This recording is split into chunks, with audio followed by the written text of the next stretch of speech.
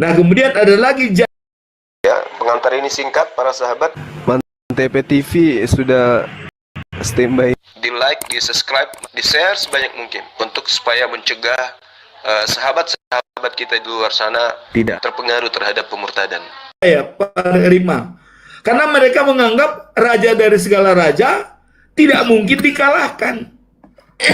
Ternyata kedatangan dia pada saat ini untuk mengembalikan kemuliaan manusia yang sudah hilang, dirampas oleh Adam, ya, oleh iblis. Hilang kemuliaan, diusir dari Taman Eden. Nah, Allah mau datang ke dunia nggak bisa. Kenapa? Karena waktu di Gunung Sinai, dia sudah berjanji. Tidak bisa kami bertemu Musa dengan Allah. Kamu aja, kami takut, mati kami katanya. Bagaimana bisa bertemu? Malam dengan tiang api, siang dengan tiang awan. Ya. Nah, jadi tidak mungkin kami bertemu, biar kamu saja. Allah mengatakan, oke Musa, biarkan mereka tidak mau bertemu dengan saya. Biar kamu aja. Yang penting mereka menurut apa kata saya, kata Allah kan. Nah, di situ oke. Jadi berarti manusia nggak boleh bertemu dengan Allah. Nah, karena janji itu nggak bisa bertemu dengan manusia, Allah berpikir Allah di sorga, bagaimana menyelamatkan umat ini? Nggak ada cara lain. Bagaimana caranya? Nah, kalau di Islam ada wahyu kan? Nah, terakhir ya. Nah, bagi kami caranya harus turun. Allah harus turun sebagai manusia. Kalau enggak, bagaimana bisa memperbaiki kelakuan mereka? Jadi kedatangan pertama itu sebenarnya waktu dijanjikan kepada Daud, raja dari segala raja, pemerintahnya di kota Sion, paradigma orang daripada Israel atau Yahudi, dia tidak boleh dikalahkan. Nah, begitu dia bilang, apa benar kau raja dari segala raja? Ya, coba buktikan kalau kau raja dari segala raja, katanya. Nah, ternyata Yesus tidak mau. Karena raja dari segala raja itu belum. Nanti kedua kalinya disitulah dia baru raja segala raja. Artinya penduduk bumi, penduduk surgawi, dan penduduk yang sudah berada di bawah tanah itu bersatu. Dan hanya satu Allah di situ. Di sana tidak ada gereja, tidak ada masjid, tidak ada puro. Di sana hanya bersembah kepada dia.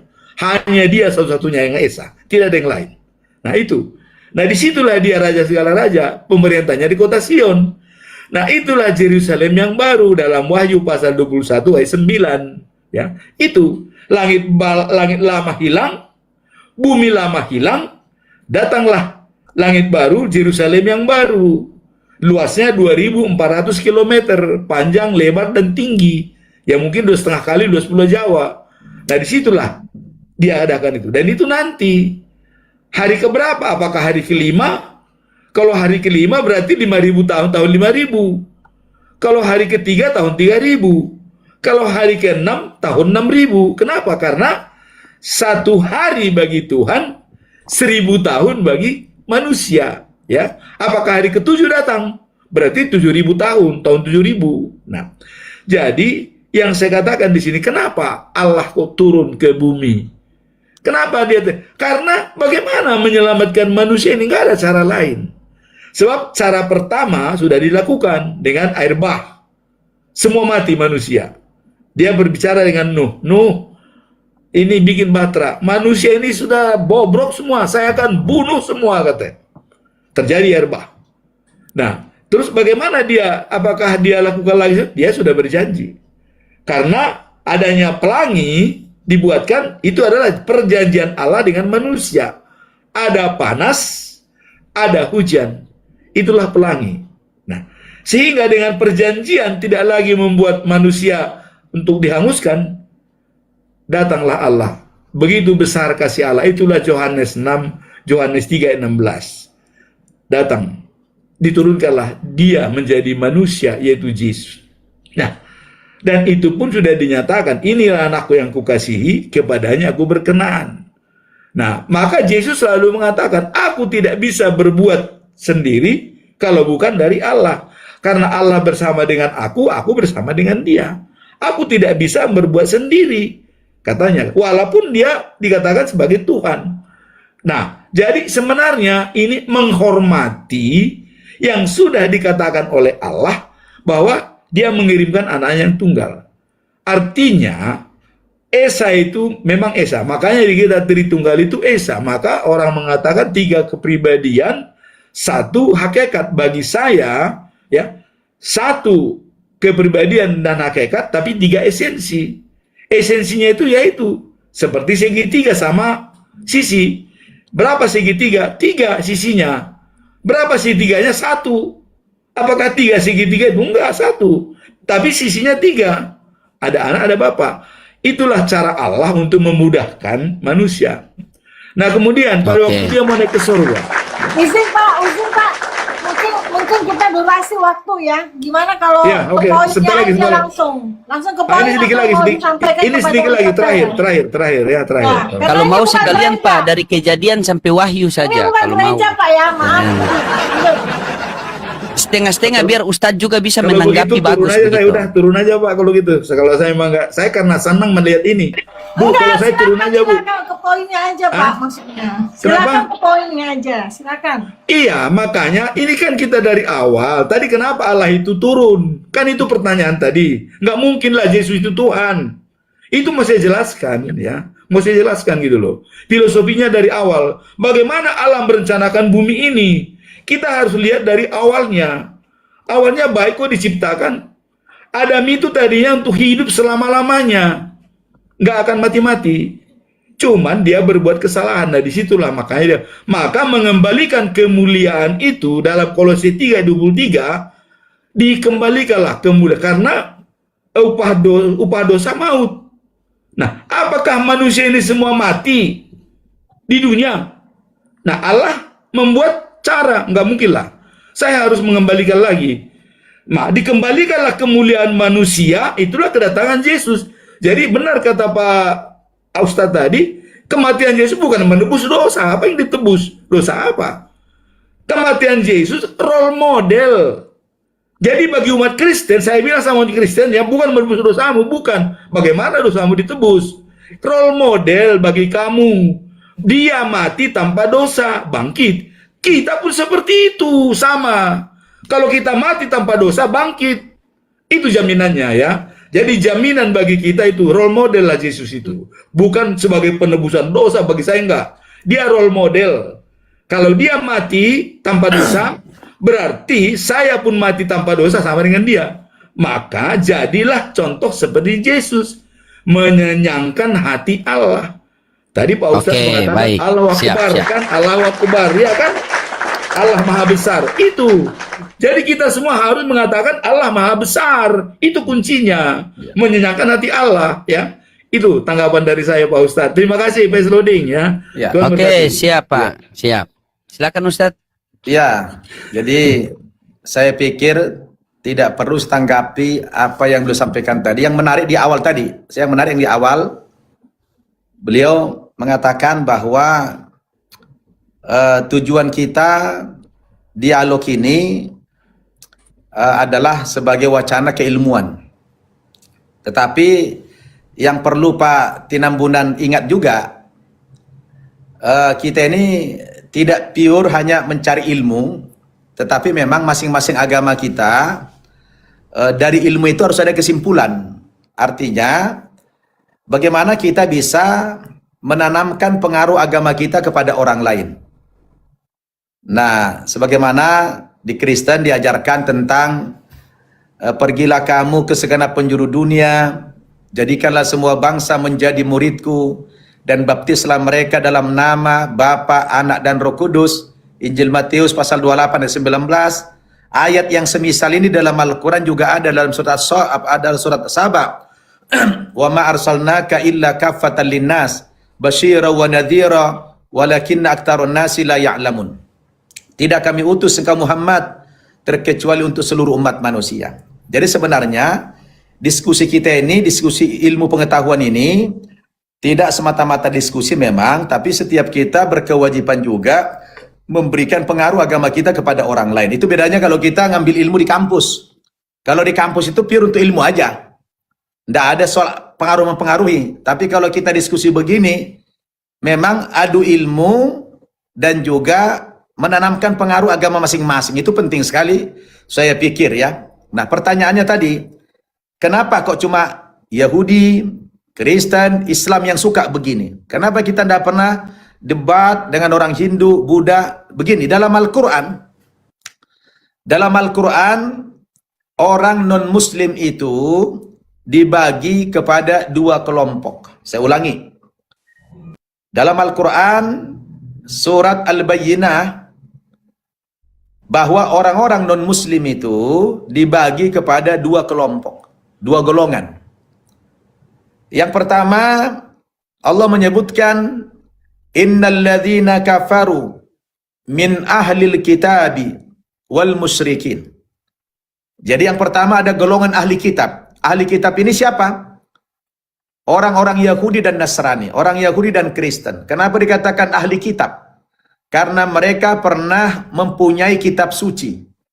Pernah mereka menerima kitab suci dari nabinya, Taurat dan Injil dan Mazmur Daud, Zabur. Nah, kemudian yang kedua, wal musyrikin. Ini golongannya orang-orang di luar Yahudi Nasrani. Karena kita anggap di luar Yahudi Nasrani ini, mereka tidak mendapatkan wahyu. Menurut keyakinan kita, dalam Al-Quran mereka tidak dapat wahyu. Kalaupun mereka ada kitab suci, ya mungkin, ya Allah alam dari mana, tapi tidak disebutkan di dalam Al-Quran. Yang selalu, yang punya akar-akar yang sama itu adalah cuma Yahudi, Nasrani, dan Islam. Maka kalau saya pergi ke Hebron itu Pak Tinambunan, saya kebetulan selalu pembimbing umroh plus gitu ya. Kalau saya bawa jamaah ke Hebron, di Palestina sana, itu kan Hebron itu tempat kuburan Abraham atau Ibrahim. Nah, yang berkunjung ke Hebron ini tiga agama. Orang Yahudi juga berkunjung ke sana, orang Kristen juga berkunjung ke sana, orang Islam juga berkunjung ke sana. Kenapa? Karena memang asal usul agama kita dari Abraham itu. Dari Abraham itu tadinya, dari Ibrahim itu. Karena keturunan Ibrahim inilah yang kemudian menjadi Bani Israel. Kan kita tahu Ibrahim itu punya anak dua. Ya, Ismail dan Ishak. Dari Ishak ini lahirlah anaknya namanya Yakub. Yakub inilah nabi yang pertama kali bergelar Israel. Israel itu bahasa Ibrani. Isra itu artinya mendengar, hamba, il artinya Allah. Jadi hamba Allah. Isra itu artinya hamba, il itu Allah. Jadi kalau dalam bahasa Arab itu Abdullah, hamba Allah. Jadi orang yang pertama kali bergelar Israel itu siapa? Nabi Yakub. Nah, dari keturunan Yakub inilah kemudian sambung menyambung silsilahnya yang menjadi nabi itu sampai kepada Yesus. Sedangkan Ismail tidak ada lagi yang menjadi nabi keturunannya kecuali satu saja. Sampai kepada Nabi Muhammad sallallahu alaihi wasallam. Jadi keturunan Ishak ini lebih banyak jadi nabi. Makanya 90% lebih nabi itu dari Bani Israel. Maka dikurang banyak ya Bani Israel, ya Bani Israel. Jadi, nah kenapa tiga agama ini, kalau kita belajar perbandingan agama, dikatakan tiga agama ini agama samawi. Agama yang sumber ajarannya bermula dari langit, dari wahyu. Nah gitu kan. Nah tapi karena terjadi tadi ada perubahan di Taurat, ada perubahan di Injil, maka dalam keyakinan kami, teman-teman di Yahudi Nasrani itu ada menyimpang dari kebenaran itu. Maka itulah kami diskusi lintas agama ini sebenarnya dalam rangka menjelaskan itu, tapi tetap dalam koridor ya menghargai, tidak boleh memaksa, nggak boleh mengintimidasi, nggak boleh membujuk, nggak boleh merayu, gitu kan? Saya ini ngomong begini punya misi juga. Pak Tinambunan juga harus punya misi. Ya, saya pikir tidak betul itu Pak Tinambunan kalau tidak punya misi. Berarti bukan Kristen yang baik. Nah, kan gitu. Saya pun begitu, bukan Muslim yang baik saya. Kalau saya tidak peduli kepada orang yang saya anggap belum benar, maka saya harus mengajak dia diskusi, dialog, saya berikan informasi, tapi dengan koridor tetap menjaga, menghormati, tidak boleh memaksa tadi. Nah, kan gitu. Nah, jadi kalau ditanya, kenapa sih selalu ini? Ya, memang karena ini yang punya akar yang sama-sama samawi, sumbernya dari langit tadi. Nah, begitu. Jadi, wajib bagi saya dan kita juga semua saling dari diskusi ini. Tujuan kita tidak lain, bukan hanya diskusi-diskusi biasa, bukan cari follower kita di sini.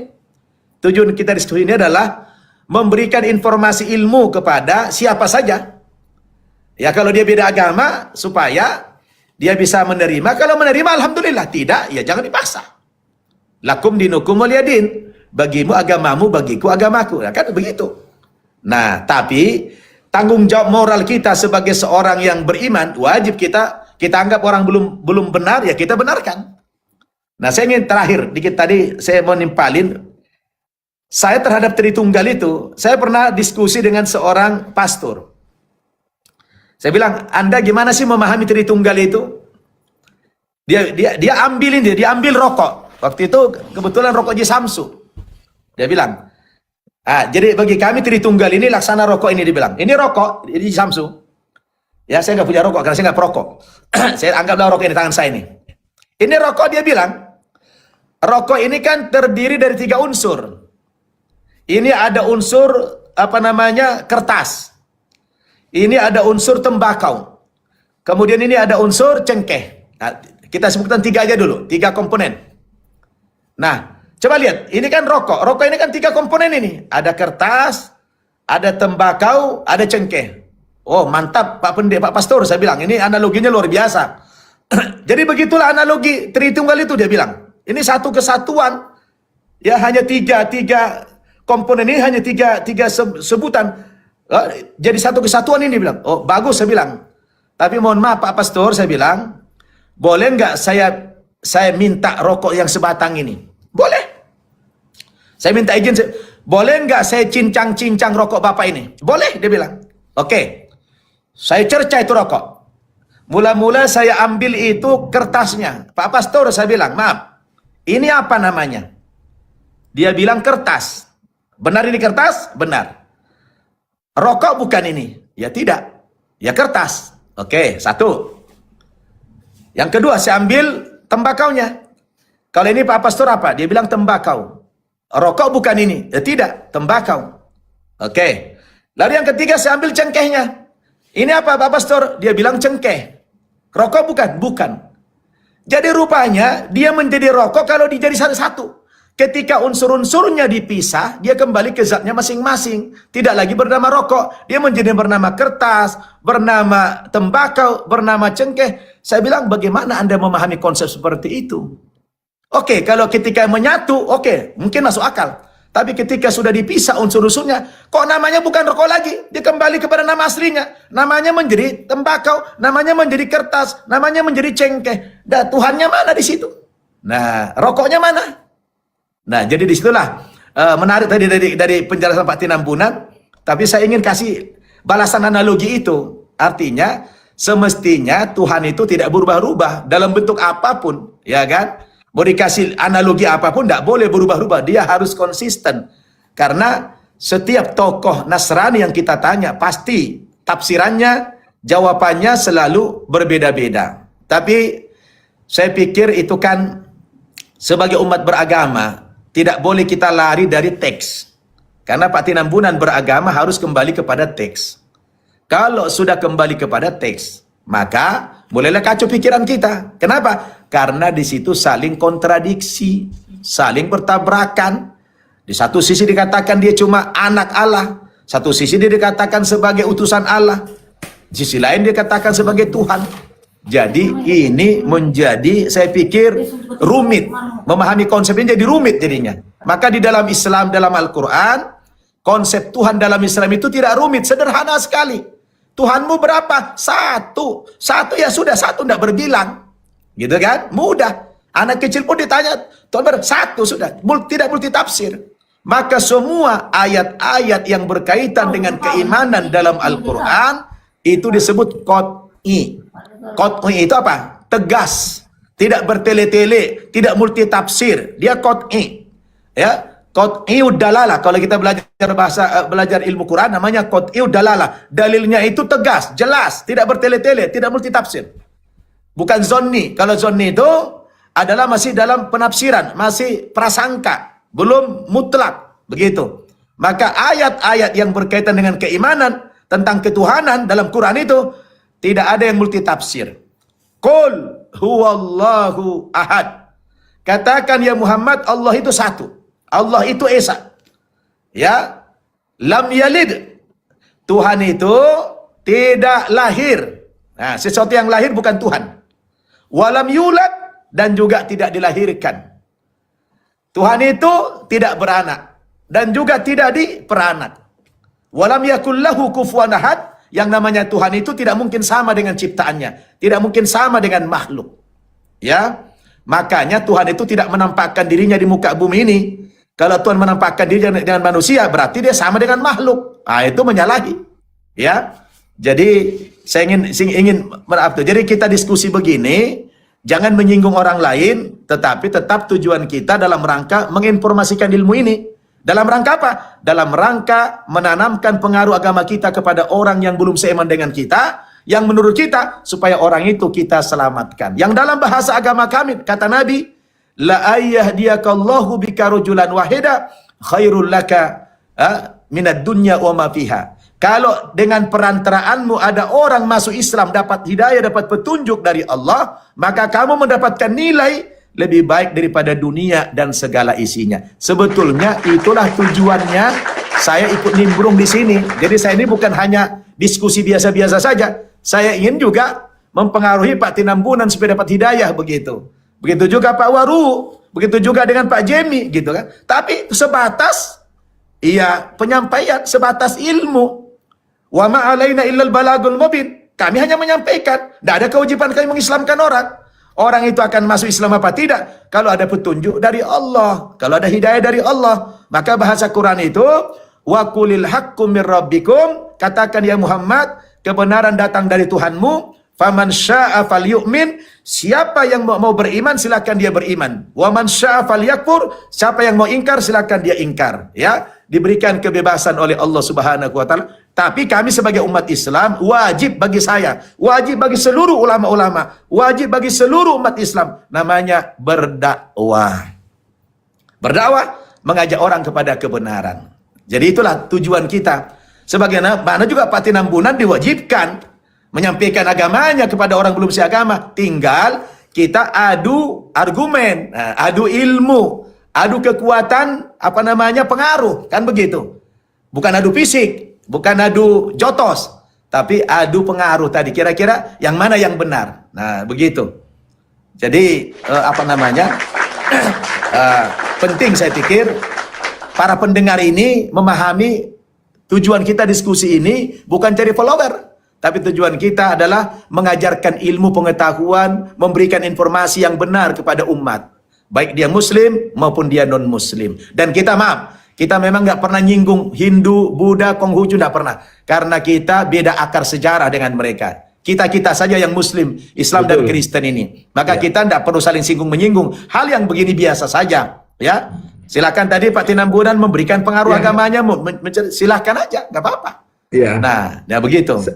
Saya bisa tanggapi mungkin Pak Ustadz dikit ya. Boleh, Pak Tinambunan. Izin sebentar boleh, Ya. Bunda? Sebentar, Pak. Silakan. Sebentar. Ustadz, mungkin bisa diluruskan. Tadi ada narasi dari Pak Tambunan bahwa Maria di Tinambunan, bukan Tambunan. Ya, Tinambunan. Di dalam Maria di dalam Bible dengan Maryam itu katanya beda. Karena katanya berapa ribu tahun tadi Bunda dengar. Silakan Pak, mungkin bisa 1550 tahun bedanya. Ya, bisa diluruskan. Ya. Pak Tinambunan, Ya, baik. sama sekali tidak ada perbedaan antara Maryam dan Maria tadi. Ya. Jadi Maria itu nama yang diambil dari bahasa Ibrani. Bahasa di Quran bahasa Arab namanya Maryam. Maka Bapak harus baca Al-Qur'an, baca Bible. Jadi di konfrontir ini nanti akan sama dia, akan sama. Coba. Nah, coba dibuka ini. Apakah itu Maria yang beda atau yang sama? Ya. Pasti sama. Marianya dengan Maryam itu sama. Yesus dengan Isa itu sama. Ya. Assalamualaikum Ustaz Nababan. Maaf bro gabung. Ya, Waalaikumsalam ya. Bang Dery, Ustaz Dery. Ya. Ya, sebentar Ustaz Dery ya. Jadi kita lagi menanggapi Pak Tinambunan ini. Saya pikir tidak ada Maria-Maria yang lain yang pernah melahirkan Yesus, tidak ada.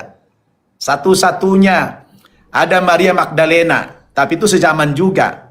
Ya, ada Maria Magdalena sezaman juga dengan Maria yang melahirkan ibundanya Nabi Isa, sezaman. Jadi bukan 1500 tahun yang akan datang, tidak. Jadi itu hanya lagi-lagi hanya perbedaan bahasa saja. Di Quran Maryam namanya, di Injil Maria namanya, sama, oknumnya sama. Kenapa? Karena sama-sama melahirkan Yesus. Kecuali Maryam itu anaknya bukan Yesus, bukan Isa.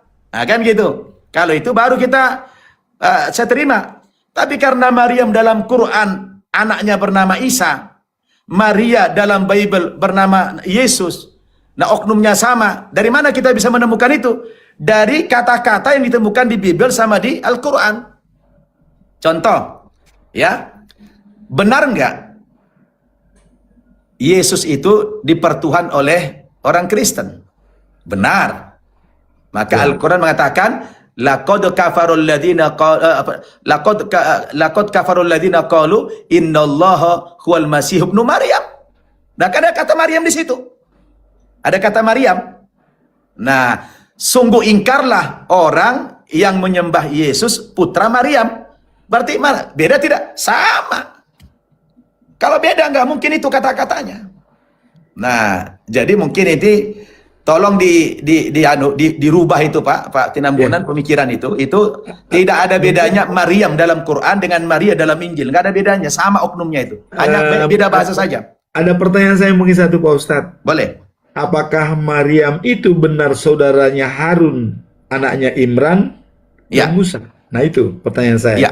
Karena saya betul. lihat itu katanya dia saudaranya Betul. Harun dan anaknya Imran. Betul. Imran itu kan ayahnya Harun dan Musa. Betul. Maryam, tiga anaknya. Maryam, Harun, dan Musa. Jadi saudara di sini Pak Tinambunan, Tinambunan, kita tidak boleh menganggap saudara hanya sejaman saja segini, jangan. Inilah kadang-kadang kekeliruan kita. Saya juga punya opung misalnya, itu opung saya misalnya. Iya. Jadi apakah harus sejaman? Tidak. Dianggap saudara itu apa harus sejaman? Kan belum tentu. Kita na jolo di Toba sana kita biaya kita di Toba sana. Opung kita sudah istilah, maaf ini pakai udah bahasa nih, bahasa Jerman ini udah. Iya kan? Jadi yang namanya saudara itu tidak harus sejaman. Ya, nah kalau itu penjelasan mungkin saya bisa tidak sejaman. Ya. Supaya paradigma itu jangan lagi kita pakai paradigma salah itu salah. Saudaranya Harun ya. Jadi itu yang saudara Harun berarti tidak harus sejaman kan? Ya. Jadi mengenai visi nih Pak Ustadz, mengenai visi saya sendiri punya tujuan ya. Karena Yahudi, Kristen, Islam ini kakak beradik. Ngapain kita kajak-kajak lagi masuk agama kita? Dia juga udah punya Tuhan, ini punya Tuhan, dan yang Esa gitu. Nah, tapi kita memang membawa kepada orang yang masih punya agama, yang belum punya agama gitu ya. Kalau ini Pak Tinambunan saya bantai nih. Coba gimana? Berarti Pak Tinambunan nggak praktek Injil Matius pasal 28 itu menyalahi Pak Tinambunan itu. Kalau Pak Tinambunan punya keyakinan begitu, berarti Pak Tinambunan sudah melanggar ayat itu. Tapi orang yang belum beragama, Pak. Ya? Orang yang belum beragama, kalau sudah dia memuliakan Tuhan, ngapain? Karena begini, di Roma dibilang yang belum seagama, bukan tidak beragama. Makanya pergilah kamu ke segenap penjuru dunia. Jadikan semua bangsa menjadi muridku. Semua bangsa. Mau dia beragama, tidak punya beragama, yang belum mengenal itu harus. Jadi nanti Pak Tinambunan bisa dihantam sama orang Kristen juga nanti Bapak nanti. Kalau begitu pemahamannya. Tapi gini Pak Ustadz. Itu kan ayat Injil ya. Sebab ada perbedaan dalam Roma 14 ya. Itu kan banyak orang menghakimi. Tapi apa kata Yesus? Apa katanya? Kalau ada orang yang berpantang sebagian makanan dan menghitung hari-hari raya untuk agamanya, jangan ganggu. Kalau dia memuji dan memuliakan aku. Saya dengan itu nggak mungkin saya ambil lagi dia masuk saya ngapain? Yesus sudah mengatakan, biarkan. Kalau ada orang memakan semua makanan tanpa dilarang, biarkan. Kalau dia memuji dan memuliakan aku. Jadi kuncinya, utara sejati kita adalah Allah yang Maha Kuasa. Itu kuncinya Pak Ustadz. Kalau utara sejatinya Islam sudah itu, ngapain kita ajak-ajak lagi? Juga Islam kepada Kristen, sudah itu utara sejatinya. Yahudi itu, ngapain? Kita kan menentukan utara sejati. Utara sejati itu adalah Allah yang Maha Kuasa dan Maha Besar. Karena di kita juga titah pertama ya. Jadi jangan pernah ada Allah lain di luar daripada aku kan gitu. Nah kalau di Islam kan asyhadu alla la ilaha illallah kan. Nah Tiada Tuhan selain Allah. Kami juga begitu di dalam firman hukum 1. Tidak ada Allah lain selain daripada aku. Itu dikatakan. Dan saya sendiri sudah kebetulan pernah saya menyediakan Tuhan, ya saya langsung ditunjukkan itu suara itu dari atas gitu. Pernah itu dalam tapi itu udah lah. Nantilah pengalaman hidup, nanti kali kita ceritakan itu ya, pengalaman hidup. Nah itu Pak Ustadz, jadi memang benar di dalam Injil Matius pasal 28 ayat 19 ya, pergi ke seluruh bumi, ajarkan mereka dan baptis. Dan bahkan dikatakan oleh Yesus, aku akan menemanimu sampai akhir zaman, ya kan? Loh, kalau saya di situ saya tanya, loh Yesus ini bagaimana kau menemani saya akhir zaman? Sedangkan kau mau naik ke surga. Ternyata datanglah Roh Kudus. Berarti Roh Kudus itu sama dengan Yesus. Nah itu paradigma saya Pak Ustadz. Karena bilang, aku akan menemanimu sampai akhir zaman. Padahal dia naik ke surga. Tapi yang menemani itu Roh Kudus dikirim di Yerusalem ya waktu. Nah itu. Jadi memang paradigma kita hanya mencoba bermain di paradigma kerangka berpikir ya. Maka saya juga kebetulan masuk dalam FPUB di moderasi beragama. Saya maka pembicara tidak boleh mengganggu akidah dari atau keyakinan masing-masing yang sudah punya agama. Biarkan, jangan ganggu dia. Kita moderasi beragama, menjaga jalan tengah dan bagaimana supaya kita rukun. Begitu, Pak Ustadz. Nah itu tanggapan saya ya. Ya terima kasih Pak Base Loading nih. Ya, saya pikir konsep moderasi beragama itu bukan berarti kita terhalang dalam menjalankan kewajiban dakwah, kewajiban agama masing-masing. Saya pikir maksud daripada kerukunan di sini sebenarnya lebih kepada ya tidak boleh saling menyinggung.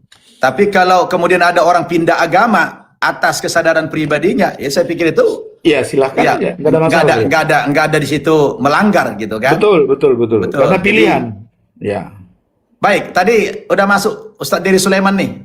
Kita minta dulu nasihatnya. Iya. Assalamualaikum, Masya Allah. Waalaikumsalam. Yang mulia Ustaz Baban. Saya dalam perjalanan menuju Jombang nih, Masya menuju Allah. Temboro. Muktamar Dan NU ya? Jombang, karena besok ya, Muktamar NU diundang.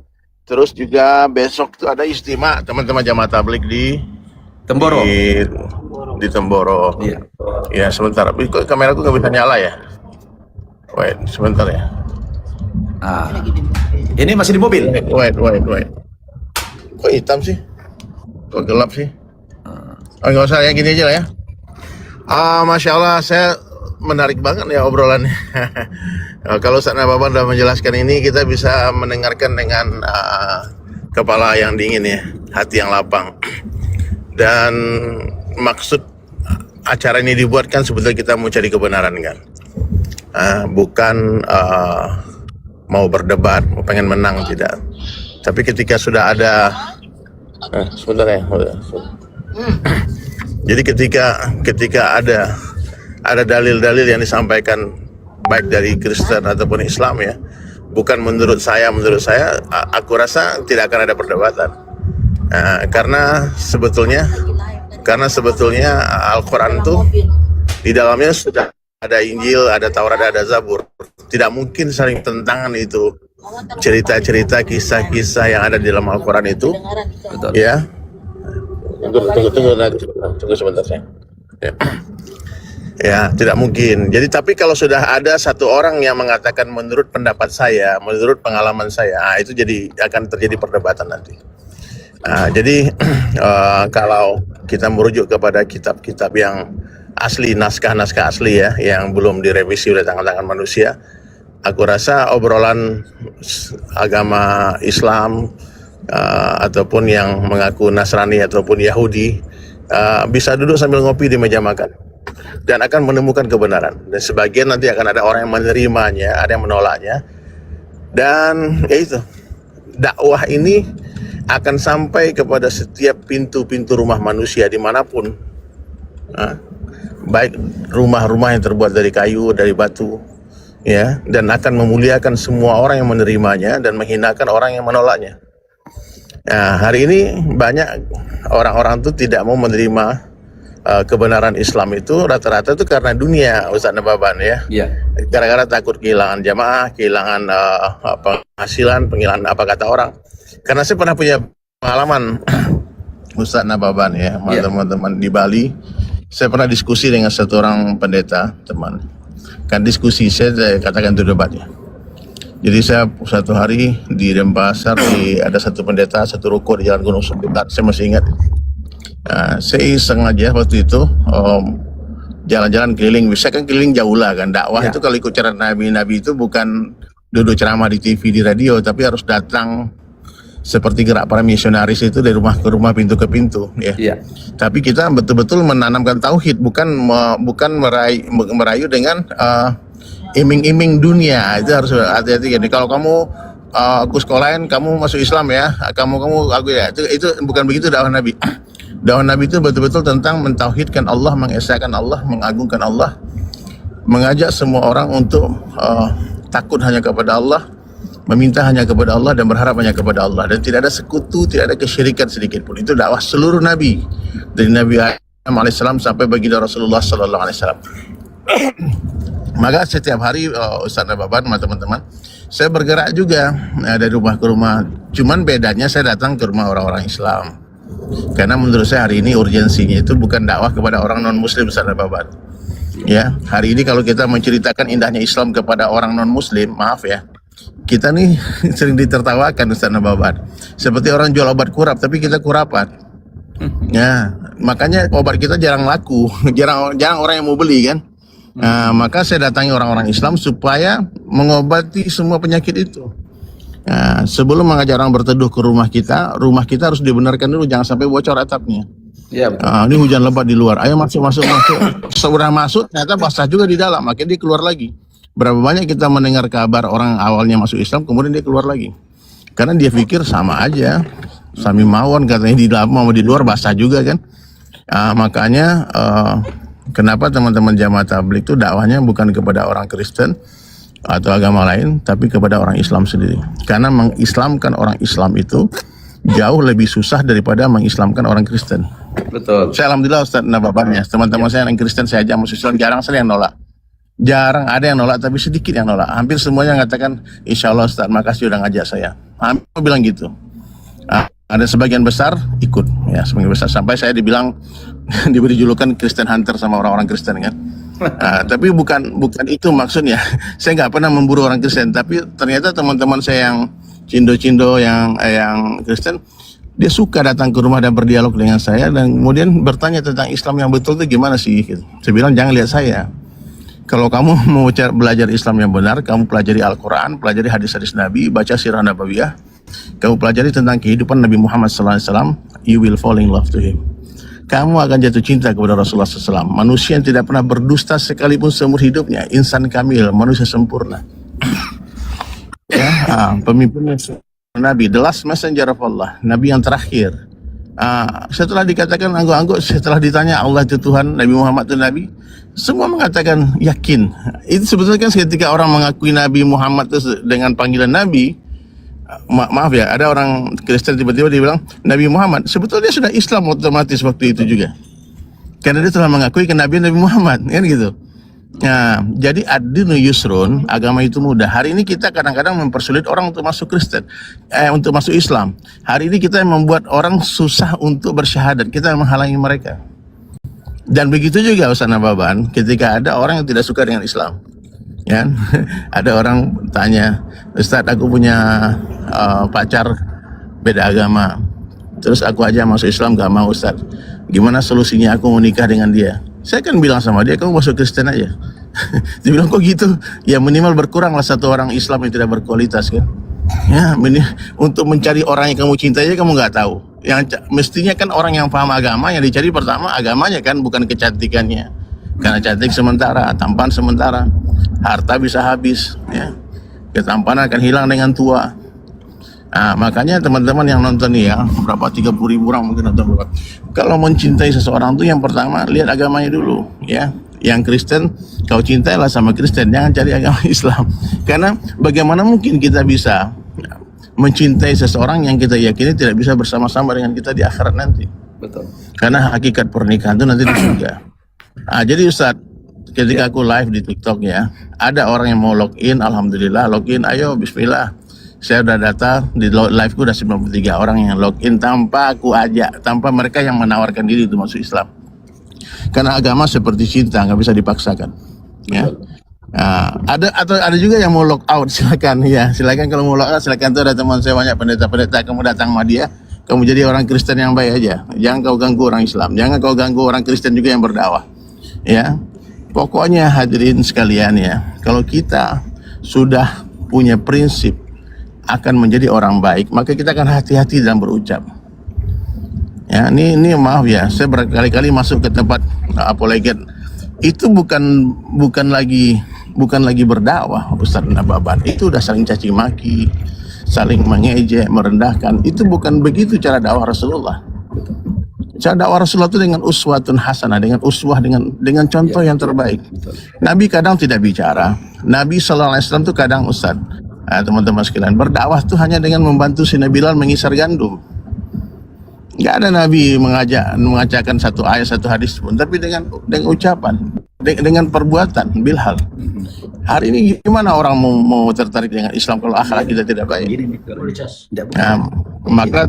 Maka teman-teman sekalian ya, mari ya, saya mengajak kepada semua yang hadir di sini, ayolah open your heart, buka hatimu ya, karena seterang apapun cahaya matahari akan terlihat gelap bagi orang menutup matanya.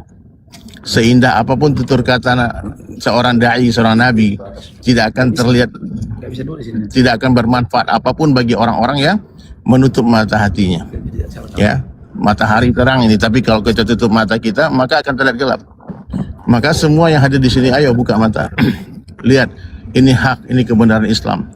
Agama yang sempurna, ya, memiliki seorang nabi yang sempurna, yang membenarkan kenabian Isa alaihissalam, yang membenarkan kenabian Musa alaihissalam. Kata Rasulullah SAW, aku datang bukan untuk menghancurkan bangunan. Ibaratkan agama itu, din itu, Islam itu sebagai sebuah bangunan. Aku adalah batu bata terakhir yang menyempurnakan bangunan itu. Nah, jadi tidak mungkin ya ajaran tauhid ini berubah-ubah kecuali dirubah. Nah, jadi Allah itu ahad, satu, la ilaha illallah, la ilaha illallah. Itulah dakwah tauhid dari Nabi Adam alaihissalam sampai Nabi Muhammad sallallahu alaihi wasallam.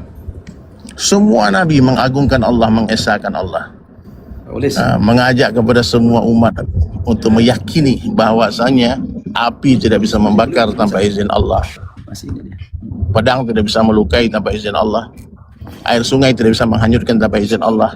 La ilaha illallah. Jadi Allah itu berkuasa, hadirin sekalian, menciptakan manusia suka-sukanya aja. Melalui pernikahan ada ayah, ada ibunya seperti kita. Ya, ada ayah tanpa ada ibu, ada ibu tanpa ada ayah, ada ayah tanpa ibu. Terserah Allah saja.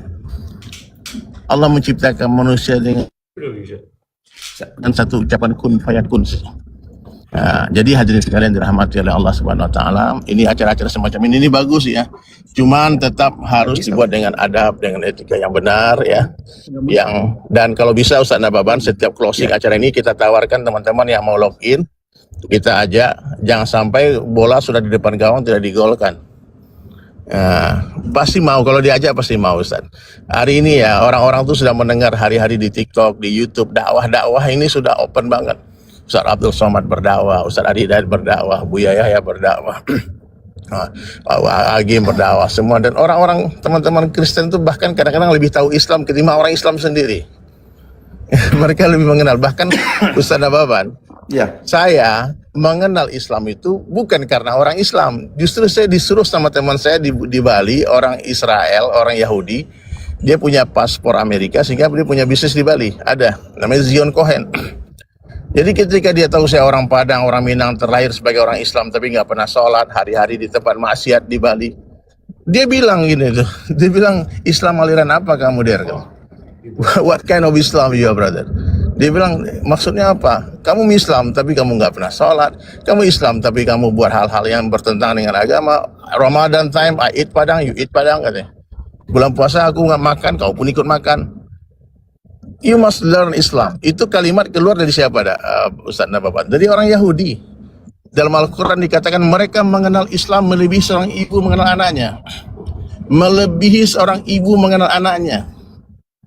Makanya dalam Al-Quran orang-orang Yahudi dikatakan adalah orang-orang yang menolak. Ada orang-orang yang tersesat, ada juga dia nggak tahu. Maka banyak teman-teman di Nasrani yang tidak tahu, maka diberitahu. Yahudi percuma diberitahu Ustaz Nababan, dia sudah lebih tahu. Tapi orang-orang Kristen banyak yang masuk Islam. Kenapa? Kenapa Bang Ustaz? Karena mereka memang mencintai Allah. Mereka mencintai Nabi Isa alaihissalam, mencintai Ibunda Maryam. Dan ketika dia masuk Islam, cinta itu tidak hilang, tetap ada. Betul. Cuma bertambah saja dengan cinta kepada baginda Rasulullah sallallahu alaihi wasallam. Makanya ibaratkan ini Ustaz Nababan, presiden ya. Sekarang ini zamannya Prabowo. Tidak boleh lagi kita mengakui Jokowi sebagai presiden. Bang, sebelumnya Jokowi presidennya. Paham ya? Memang sebelum Rasulullah Nabi Isa alaihissalam nabinya. Tapi sekarang sudah ada ini. Ini ada new edition nih. Ini buku ini cetakan terbaru sudah ada. Kitab-kitab itu diturunkan bertahap-tahap dan telah disempurnakan dengan Quran. Kitab yang terjaga satu dunia. Jadi saya punya teman di Yerusalem, dia punya toko buku. Dia bilang setiap kali ada Al-Quran yang salah cetak, salah tulis, pasti ada orang yang mengembalikan Al-Quran itu kepada saya. Dan belum ada orang yang return kitab-kitab yang lain. Kenapa? Karena salah satu keajaiban Al-Quran itu adalah bisa dihafal oleh jutaan manusia. Jadi insya Allah agama ini terjaga. Jadi teman-teman sekalian, ayolah kita duduk bersama, kita belajar. Ketika kita mendengarkan sebuah yang hak kebenaran, sami'na wa ta'na. Ya, saya mengajak kepada semuanya, ayo kita bersama-sama mencintai Allah, mencintai Rasulullah SAW, mencintai Nabi Isa AS, mencintai Musa AS, mencintai Nabi Ibrahim AS, Nabi Sulaiman sampai Nabi Adam AS. Dengan sepenuh hati kita mengamalkan agama dengan sempurna sehingga kita semua selamat dunia akhirat. Inilah agama samawi, agama yang datang dari langit, ya, agama yang diturunkan secara bertahap-tahap dan telah disempurnakan dengan kehadiran baginda Rasulullah SAW, the last messenger of Allah. Tidak ada lagi nabi setelah Nabi Muhammad, la nabiyya ba'da. Ya, pintu kenabian telah tertutup dengan wafatnya Rasulullah SAW, tapi kerja kenabian akan tetap ada sampai hari kiamat. Siapa yang melanjutkan kerja ini? Seluruh orang yang mengaku sebagai umatnya Nabi Muhammad, bukan kerja Ustaz Nababan, bukan kerja Bang Oding dan teman-teman semua, tapi kerja seluruh umat Islam. Nabi sudah tidak ada, tapi kerja Nabi akan tetap ada. Kuntum khaira ummatin ukhrijat linnas ta'muruna bil ma'ruf wa tanhauna 'anil munkar wa tu'minuna billah. Qul hadhihi sabili ad'u ila Allah 'ala basiratin ana wa man ittaba'ani. Ini jelas. Jadi teman-teman, mari kita kembali kepada dakwah. Satu orang saja yang dapat hidayah gara-gara kita. Insya Allah itu cukup untuk bekal kita berjumpa dengan Allah. Itu lebih baik daripada seluruh benda yang disinari matahari. Itu lebih baik daripada dunia beserta isinya. Maka sentuh hati mereka, ajak mereka kepada Allah, ajak mereka kepada keselamatan, sehingga kita berkumpul bersama-sama nanti di jannah. Wallahu a'lam bishawab. Silakan Ustaz Nababan. Siap, kita sambung. Assalamualaikum Bang Faruk dan selamat malam Bang Rames. Assalamualaikum Ustaz. Malam Ustaz Dedi. Assalamualaikum, Masya Allah. Ya izin nih Bang loadingnya. Bang Faruk sebenarnya dari kemarin dia mau menyapa guru Bang Faruk ini. Di sini ada Ustaz Nababan, ada Ustaz Diri, ya. Semoga Allah jaga jasad beliau, disehatkan jasadnya, dimudahkan urusannya, ya. Jadi cuma sekedar sapa aja nih. Setelah itu Bang Faruk mau turun. Cuman gini, kemarin kan Bang Faruk ketemu sama Ustaz Diri, Ustaz Nababan di Jakarta. Nah, saya lupa minta hadiah nih sama Ustaz nih. Gitu loh. Saya naik kemari, saya kepengen Ustadz itu kasih Bang Faruk lah sebuah buku, di mana buku itu ya ketika saya dapatkan dari Ustadz, ya insya Allah jadi wasilah lah untuk ditambahkan juga takwaan saya, diperbaikinya adab saya, akhlak saya, dan terlepas dari situ ditambahkan ilmu yang bermanfaat buat Bang Faruk pribadi dan juga keluarga dan teman-teman. Gimana Ustadz? Boleh Ustadz? Ya, nanti di akhir bulan 9 insya Allah saya ke Jakarta, di tanggal 28 saya ke Jakarta. Kalau memang mau ketemunya sama Ustadz nanti insya Allah saya jemput langsung bukunya gitu. Ustadz. Nanti kalau sudah saya cetak, saya kabarin nanti Bang Faruk ya. Siap, siap. Oke, Masya Allah, luar biasa. Ya. Makasih Terima banyak kasih. Ustadz ya. Bang Loding, makasih banyak Bang Loding. Ya, Siap, siap Bang Faruk, siap. Ya, Assalamualaikum. Ya, standby dulu Bang Faruk. Ya, saya dengar Standby dulu tidak. saja. Ini ada Siap Bang Faruk. Saya pun mau saya takut nanti Oh, kemudian. siap, siap. Oke. Biar selama Siap, Bang Faruk, teman-teman kita yang mau berdiskusi ya. Siap. Saya pun nyimak-nyimak di bawah ini Bang Loding. Makasih banyak Bang Loding ya. Ustadz Siap. Jawa Barat, Ya, Bang dari Faruk. Teman-teman yang lainnya. Assalamualaikum warahmatullahi wabarakatuh. Waalaikumsalam warahmatullahi wabarakatuh. Iya, ini ada Rames. Rames ini seorang Kristen jemaat ya, Rames ya, bukan seorang pendeta ya. Mungkin Bang Rames ada yang mau bertanya kepada Ustadz Nababan tentang menyimak dari tadi. Saya lihat sudah menyimak, silakan. Beliau keluar yang lagi selamat malam saudara semua, apa kabar? Yang ingin saya tanggapi pertama tentang Ustadz Nababan tadi berkata tentang 10 hukum.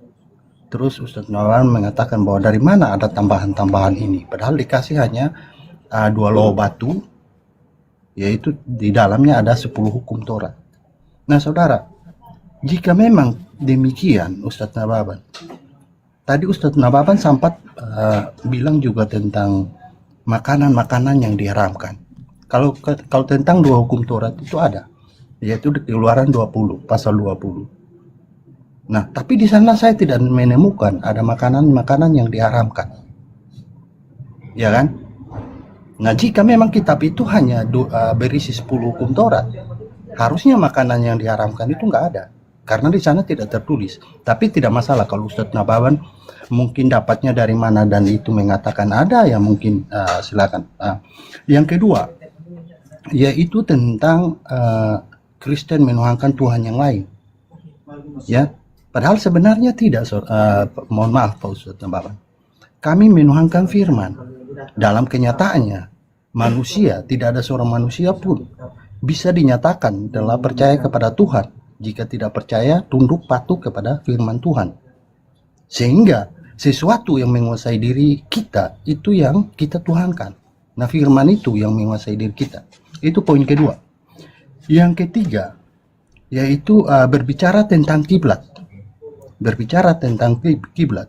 Itu di Daniel pasal 6 ayat 10. Itu Daniel berdoa menghadap ke Bait Allah di Yerusalem. Itu kan perintah Tuhannya. Akan tetapi perintah itu juga kepada Musa di Bilangan 21 ayat 8 sampai 9. Yaitu Musa diperintahkan untuk membuat patung ular dari tembaga. Dan siapa yang memandang dia pasti selamat. Nah, sehingga dari kedua ini tidak bisa dikatakan bahwa oh ini menyelewengkan. Karena apa? Karena itu perintah langsung daripada Tuhan untuk menghadap ke sana. Nah, begitupun kepada Yesus, Kristen. Kristen berkiblat kepada Yesus karena ada perintah. Perintah, inilah anakku yang kukasihi, dengarkanlah dia. Itu perintah, Pak. Ya, sehingga kami juga melakukan hal itu, yaitu kepada Yesus. Yaitu tentang ibadah juga, saudara. Tentang ibadah. Yesus memang pernah bersujud. Ya kan? Tapi Yesus juga berdoa itu dalam posisi berdiri juga. Berarti ada hal-hal yang berubah, Pak Ustadz. Dan ada hal-hal yang tidak berubah. Yang tidak berubah itu apa? Yang berubah apa? Yang berubah itu tata cara peribadatan. Ya kan? Akan tetapi hal yang tidak pernah berubah dari dahulu sampai saat ini, yaitu tentang moral. Moral itu tidak pernah berubah. Dan cara mengasihi Tuhan itu seperti apa? Itu tidak pernah berubah. Nah, yang saya ingin tahu dari Pak Ustadz, yang saya ingin tahu, kalau di saudara kita berbicara tentang cara mengasihi Tuhan, kalau di saudara ada 2 poin ya, mengasihi Tuhan, mengasihi sesama. Saya ambil 2 poin. Mengasihi Tuhan, saya pengen tahu dari Pak Ustadz, cara mengasihi Tuhan itu yang bagaimana? Apakah dengan sujud merendahkan diri kita sepenuhnya, pikiran kita, hati kita tunduk? Atau dengan cara membanting-banting barang? yang bagaimana cara-cara kita mewujudkan bahwa kita rasa syukur itu seperti apa? Itu pertanyaan saya yang pertama. Yang kedua, bagaimana cara mengasihi manusia? Yaitu, apakah boleh membalas yang jahat dengan yang jahat? Sedangkan yang saya tahu, itu Rasulullah kan rahmat bagi seluruh alam, Pak. Adakah rahmat itu bisa tercapai dengan melakukan kerusakan dulu baru mendapat rahmat, atau rahmat itu tanpa kerusakan? Silakan Pak Ustadz. Luar biasa. Ya Bang Rames ini pemerhati agama-agama luar biasa. Sebelum saya jawab pertanyaan tadi, saya ingin mengomentari sedikit dari pernyataan Bang Rames yang pertama tentang 10 perintah Tuhan. Ya. Dari mana penambahan di perjanjian lama itu dan perjanjian baru sebegitu banyak sampai ratusan ribu ayat? Karena yang kita tahu firman Tuhan itu kan wahyu. Wahyu itu sampai kepada nabi itu tidak ada yang ditutupi. Tidak ada yang disembunyikan. Jadi wahyu itu harus sampai kepada nabi. Iya. Kita kan agak rancu kemudian begitu kita baca itu perjanjian lama dan perjanjian baru, sumbernya dari mana kita tidak tahu. Kalau yang kita pelajari dulu, di Ten Commandment jelas, 10 perintah Tuhan dalam betulnya jelas.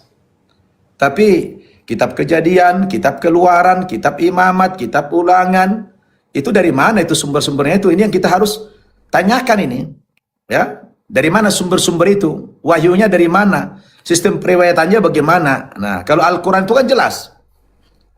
Malaikat Jibril ditugaskan oleh Allah membawa wahyu dari langit sana, disampaikan tidak dalam bentuk tertulis, ya, tapi dalam bentuk kalam, kata-kata. Kata-kata itu kan bisa dibuat huruf. Nah, saya ngomong begini, saya bicara begini, bisa nggak dibuat huruf? Bisa. Tapi hurufnya dalam kata-kata kelihatan tidak? Tidak. Kita kan tidak bisa melihat kata-kata saya dalam bentuk huruf, kan tidak ada. Tapi kata-kata itu bisa dihurufkan. Nah, saya ngomong begini bisa dibuat tulisan ini, huruf. Nah, karena Nabi itu buta huruf, dia tidak bisa menuliskannya wahyu itu. Maka diminta bantuan sahabat, jurtul, kan gitu. Jadi jelas sistem pewahyuannya. Dari Allah kepada malaikat, malaikat menyampaikan kepada Nabi, oleh Nabi disuruh catat sama sahabat, ini secara mutawatir, sambung menyambung. Nah, begitu. Tapi pertanyaan saya, di luar yang 10 perintah dalam kitab Keluaran pasal 3 sampai seterusnya itu penulisnya siapa, dari mana sumbernya, dari nabi mana, itu kita harus kita harus kritisi. Belum lagi nanti kalau kita baca kitab-kitab Kidung Agung, banyak di situ sastra-sastra, syair-syair, bahkan kadang-kadang bernada, ya maaf sedikit agak mengandung porno gitu kan. Nah, ini kita harus pertanyakan ini. Sistem pewahyuannya seperti apa? Karena tidak boleh wahyu itu, kalam itu, firman itu dari manusia. Kita apa-apaan kita bilang firman Tuhan, sementara kita tidak tahu dari mana sumbernya. Kalau kita bilang firman Tuhan, harus jelas sistem perawiyatannya itu memang dari Tuhan betul, bukan dari manusia. Ini kan perjanjian lama, kita nggak tahu dari mana sumbernya ini, gitu kan? Nabi mana yang menerima itu? Ya kan? Nabi yang menerima cuma 10 titah tadi. Nah, ini yang perlu kita kritisi. Maka saya bilang selalu, hendaknya memang kitab suci itu terbuka untuk dipelajari, terbuka untuk dikritisi gitu kan, terbuka untuk dikoreksi. Al-Quran silakan dikoreksi, silakan dikritisi, dia terbuka sama sekali tidak ada, ya gitu kan. Yang penting jangan kita gampang mengatasnamakan Tuhan. Kata Tuhan katanya, sementara wahyunya tak jelas dari mana sumbernya. Kalau kata Tuhan itu ya Tuhan berfirman, gitu kan. Kalau Tuhan berarti bukan manusia, bukan nabi. Yang berkata itu ya adalah Tuhan. Nah, gitu kan? Jadi kalau bagaimana Rames menganggap itu wahyu Tuhan kalau yang berkata kemudian Paulus, yang berkata kemudian murid-murid Paulus. Ya, unsur wahyunya di mana? Oh, dia dapat bisikan Roh Kudus. Ya, itu kan klaim sepihak. Nah, semestinya susunan kata-kata, redaksi, kita kan bisa tahu itu, Bang. Dari redaksi saja kita sudah bisa menilai ini pasti perkataan manusia, bukan perkataan Tuhan. Nggak begitulah bahasa Tuhan. Nah, beda dengan bahasa Quran. Coba lihat, itu betul-betul bukan bahasa manusia, bahasa Tuhan. Karena sangat tinggi sekali, nilai kesastraannya tinggi sekali. Saya selalu bilang, jangankan kita orang-orang non-Arab, orang Arab sendiri pun, kalau tidak belajar Al-Quran, tidak tahu itu apa isi Al-Quran itu. Saking tingginya bahasa Quran itu. Nah, itulah bahasa wahyu. Ya, yang namanya bahasa wahyu itu nggak mungkin bisa ditiru oleh manusia. Nggak mungkin bisa ditiru oleh manusia. Kalau bisa ditiru manusia, itu bukan bahasa wahyu. Nah, ini adalah satu koreksi bagi kita, ya, bagi Bang Rames, ya, coba lihat. Nah, kalau dari dalam 10 perintah tadi udah jelas sekali itu bahasa-bahasa hukum yang 10 itu udah jelas, ya. Penambahan itu tadi yang saya tanyakan, dari mana sumbernya? Ada nggak riwayat yang bersambung sampai ke Tuhan? Jadi harus bersambung ke Tuhan wahyu itu. Kalau udah bersambung ke Tuhan putus, bagaimana kita bisa mengatasnamakan Tuhan? Nah, ini perlu abang tanya itu pakar-pakar lagi di Kristen, ya kan? Nah, kemudian saya menjawab pertanyaan yang saya jadi lupa tadi pertanyaannya tadi. Apa tadi pertanyaan pertama itu? Ada 2. Coba ulangi deh, Bang Loding. Apa tadi? Iya, tahu di mana dia itu. Dia habis bertanya baru dia takut ditanya balik sama Ustadz, makanya dia sudah kabur tadi, Ustadz. Tidak apa-apa. Masalah makanan yang haram, Pak Ustadz. Oh, makanan yang haram itu, Ustadz. Apa tadi katanya? Apa coba lagi? Pertanyaan apa tadi? Makanan yang haram. Dan tadi gimana yang apa tadi? Karena di dalam 10 perintah itu katanya tidak ada dijelaskan makanan yang haram gitu, Ustadz. Ah, ya. Nah, itulah yang saya bilang tadi, sumber-sumber dalil-dalil di dalam perjanjian lama itu semua dari mana? Nah, berarti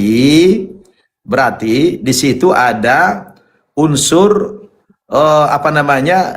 tradisi budaya manusia yang dimasukkan, yang sebenarnya juga secara naluri, ya, tidak usah lalu kita bicara hukum, cara naluri. Sebenarnya kalau orang betul-betul merenung, itu babi. Kalau diteliti-teliti itu memang membawa unsur-unsur penyakit. Nah, gitu kan? Nah, seperti orang makan anjing. Saya dulu makan anjing. Kalau makan anjing saya tuh jadi galak saya tuh. Sampai sekarang terbawa jadi galak kadang-kadang, suaranya jadi galak begitu kan. Nah, jadi sebenarnya itu kembali kepada nurani. Nah, tadi bukan itu pertanyaannya. Tadi pertanyaan apa tadi? Mana orangnya, Bang Uti? Saya jadi lupa tadi. Saya lupa nyatat. Dia biasa kabur, Ustaz. Dia kalau bertanya, dia takut ditanya balik kan. Habis menjawab, makanya dia kabur langsung. Tapi nggak apa-apa. Nggak usah, nggak apa-apa. Nggak usah kabur, nggak apa-apa. Tapi apa? Saya jawab dulu. Apa tadi pertanyaannya? Nggak dicatat. Apalagi saya tidak dicatat pertanyaannya tadi itu. Mungkin ini dia punya Pak Penatua dengar tadi pertanyaannya apa tadi? Coba diulangi dulu. Saya jadi lupa sih gara-gara membahas yang pertama jadi lupa saya. Apa tadi pertanyaan? Ada 2 tadi pertanyaannya. Aduh. Apalagi mana dia ini tidak tanggung jawab ini. Assalamualaikum Uni Rifa. Assalamualaikum Ustaz. Salam ya Uni. Mencatat ya, ada notulen nggak tadi? Catat pertanyaannya nggak? Netizen di bawah ada yang tahu kah? Oh, cara udah. Oke. Tadi dia bertanya, bagaimana di dalam agama Islam cara mengasihi Tuhan dan mengasihi manusia, kan begitu? Oh iya, mengasihi Tuhan dan mengasihi manusia, ya. Baik. Bang Rames, mudah-mudahan beliau mendengar kata-kata saya ini. Di dalam agama Islam itu ada aturan-aturan. Aturan itu yang membuat adalah Allah Subhanahu wa taala. Allah mengatakan dalam Al-Qur'an, ya, surat Az-Zariyat, "Wa ma khalaqtul jinna wal insa illa liya'budun."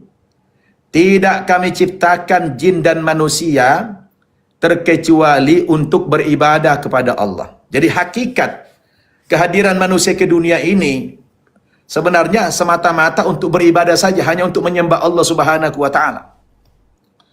Nah, bagaimana cara kita menyembah Allah? Itu kan membutuhkan petunjuk. Kita nggak boleh ngarang. Ya, ada petunjuk di situ. Di satu sisi Tuhan menghendaki diciptakannya manusia dan jin ini dalam rangka menyembah dia. Di sisi lain, dia harus menurunkan tata cara. Bagaimana cara menyembah dia? Nah, karena dia tidak mau turun ke bumi jumpa satu per orang per orang manusia ini, maka dia bikinlah perwakilannya. Itulah yang namanya perwakilan dia Nabi. Ya, Nabi inilah nanti yang diajari Tuhan lewat malaikat Jibril bagaimana tata cara beribadah menyembah dia. Nah, diajari. Oh, cara menyembah Tuhan itu pertama dengan cara sholat. Oh, sholatnya seperti apa? Sholatnya harus berdiri, bertakbir, bacaannya ini dan itu. Itu semua bersambung sampai kepada Allah. Yang mengajari tata cara itu adalah malaikat atas perintah Allah. Jadi, begitu juga ibadah-ibadah yang lain. Puasa, zakat, haji, semua itu bukan Nabi Muhammad tidak mengarang. Semua itu dia berguru kepada malaikat Jibril. Malaikat Jibril mendapatkan berita perintah dari Allah. Jadi begitulah cara kami untuk mentaati, menyayangi, mengasihi Tuhan. Yaitu dengan mentaati perintahnya. Nah, lewat siapa? Lewat Nabi yang diutus. Maka kami wajib mengikuti Nabi Muhammad. Makanya kalau kami dalam Quran, dalam Al-Quran itu, perintah-perintah ibadahnya itu masih global, masih umum. Contoh, aqimus sholah wa atuz zakah. Dirikan sholat dan bayar zakat. Bagaimana cara sholat? Tidak ada ditemukan dalam Al-Quran. Di Al-Quran itu hanya perintah global saja. Oh, kalau sholat harus, menghadap ini harus begini. Tidak ada, bacanya tidak ada dalam Al-Quran. Nah, itu sebabnya kita harus mengikuti orang yang mempraktekkan. Siapa itu Nabi? Memangnya kamu pernah jumpa Nabi? Tidak pernah. Tapi dia meninggalkan ajarannya, meninggalkan sunnah-sunnah yang dia praktekkan, dibukukan itu. Oh, Nabi sholatnya begini, puasanya begini, zakatnya begini. Jadi kita menemukan tata cara sholat, tata cara puasa, tata cara ibadah yang lain. Tidak ada di Quran, adanya di hadis. Maka kata Nabi, taraktu fikum amrain, ma'in tamassaktum bihima lan tadillu abada, kitaballahi wa sunnata rasuli. Aku tinggalkan kepada kamu dua tuntunan, dua pusaka, dua warisan yang kamu tidak akan pernah tersesat selama-lamanya selagi berpegang teguh kepada dua tuntunan ini. Apa itu? Al-Quran dan hadis Nabi. Ya, kalau kita hanya Al-Quran saja dan mau habis-habis, oh sesat, menyimpang. Kenapa? Karena di Al-Quran itu tidak diatur detail. Detailnya itu dari perbuatan Nabi. Nabilah representasi daripada ayat itu. Nah, gitu kan? Nah, makanya kita harus mendengarkan Nabi, mengikuti Nabi. Begitulah cara dalam Islam bagaimana kita mengasihi Tuhan dan mengamalkan ajaran Tuhan, harus mengikuti Nabi. Allah mengatakan dalam Al-Quran surat Ali Imran ayat 31, "In kuntum tuhibbunallah fattabi'uni yuhibbukumullah." Katakan ya Muhammad, jika kamu ingin mencintai Tuhanmu, ingin mengasihi Allah Subhanahu wa taala, maka suruhlah umatmu mengikuti engkau. Kalau umatmu sudah mengikuti engkau, yuhibbukumullah, maka kamu semuanya nanti menjadi kekasih-kekasih Allah Subhanahu wa taala. Jadi ibadah itu Bang Rames dalam Islam tidak boleh ngarang, nggak boleh suka-suka saya, nggak boleh maunya saya, nggak boleh lewat musyawarah-musyawarah. Maka di agama Kristen tidak begitu tata caranya. Beda gereja, beda aliran, beda caranya. Karena tidak diatur. Kalau kami diatur, maka kami berangkat ke seluruh dunia kemanapun. Ke Amerika, ke Eropa, ke Afrika, ke Australia, ke benua manapun kami pergi. Sama tata caranya. Makanya haji itu, lihat haji. Haji itu adalah perwakilan seluruh negara-negara di dunia. Mereka sampai sana bingung tidak? Tidak. Karena cara sholatnya sama, bacaannya sama, gerakan-gerakannya sama, walau warna kulitnya berbeda, bahasanya berbeda, bangsanya berbeda, sukunya berbeda. Kenapa bisa sama? Karena mengikuti tuntunan yang sama. Jadi begitulah cara kami di dalam mengasihi Tuhan, harus mengikuti petunjuk Nabi Muhammad sallallahu alaihi wasallam. Sehingga kami kompak bersatu dari seluruh dunia. Gak perlu bingung. Satu. Lalu bagaimana cara mengasihi manusia? Oh, cara mengasihi manusia itu adalah diatur juga dalam Islam. Yaitu orang Islam itu wajib memuliakan yang tua, menyayangi yang muda. Ya. Ya, kalau istilahnya, kalau bahasa-bahasa ini umum saja. Kalau bahasa-bahasa di Toba itu dalihan natolu. Dalihan natolu ada 3 pilar. Ya kan? Ada 3 pilar itu. Jadi kalau terhadap orang-orang yang miskin, orang-orang yang susah, oh, Islam itu kalau di Injil Markus misalnya pasal 12 ayat 9, kasihilah sesamamu seperti dirimu sendiri, kan masih global saja. Detailnya seperti apa kan tidak jelas. Ada yang dibilang kalau dilempar pakai batu balas dengan pisang misalnya. Islam tidak teori. Di Islam coba lihat dalam surat Ad-Din, apa tuh? Arwaital ladzi yukadzibu bid-din. Itu jelas. Arwaital ladzi yukadzibu bid-din. Tahu enggak kalian siapa pendusta agama? Perhatikan ayatnya. Siapa pendusta agama dalam pandangan Islam? Pendusta agama itu bukan orang yang tidak sholat, bukan orang yang tidak haji, tapi fadzalikal ladzi yad'ul yatim. Orang yang tidak peduli, orang yang menghardik anak yatim. Wala yahuddu ala tu'amil miskin, dan tidak memberi makan orang-orang miskin. Ya, kau sholat, kau puasa, tapi menghardik anak yatim, tidak peduli, tidak beri makan orang yang kelaparan, tidak beri makan orang miskin. Kamu pendusta agama. Oh, lihat doktrinnya. Doktrinnya bukan main-main dalam Islam. Anda pendusta agama kalau tidak menyayangi anak yatim dan tidak memberi makan orang yang kelaparan, tidak memberi makan orang miskin padahal Anda mampu. Nah, sampai begitu doktrinnya, begitu cara kami. Ya, maka Nabi katakan, la yu'minu ahadukum hatta yuhibba li akhihi ma yuhibbu li nafsi. Kamu tidak tergolong orang yang beriman sebelum kamu mencintai saudaramu seperti mencintai dirimu sendiri. Nah, begitu dalam itu maknanya. Ya, kalau kau sakit dicubit, ya jangan cubit orang dong. Kalau kau sakit dicaci orang, jangan caci orang juga. Kalau kau sakit dihina orang, kau jangan hina orang.